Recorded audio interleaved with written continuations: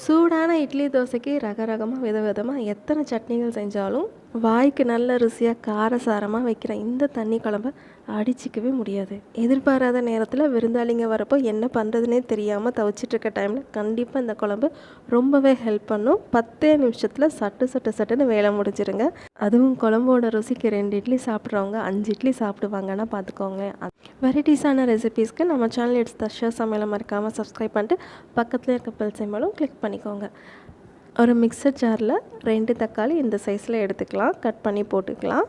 இது கூட 1/4 கைப்பிடி அளவுக்கு தேங்காய் சேர்த்துக்கோங்க. தேங்காய் பூ, கட் பண்ண தேங்காய் எதுவாக இருந்தாலும் 1/4 கைப்பிடி அளவுக்கு சேர்த்துக்கோங்க. இது கூட ஒரு 5 பல்லு பூண்டு, ஒரு சின்ன துண்டு அளவுக்கு இஞ்சி ஒரு 1 இன்ச்சில் எடுத்துக்கலாம். இது கூட ஒரு 1/4 டேபிள் ஸ்பூனுக்கும் கொஞ்சம் கம்மியாக கசகசா, அதாவது ஒரு 2 பிஞ்ச் அளவுக்கு கசகசா சேர்த்துக்கலாம். ஒரே ஒரு ஏலக்காய். கார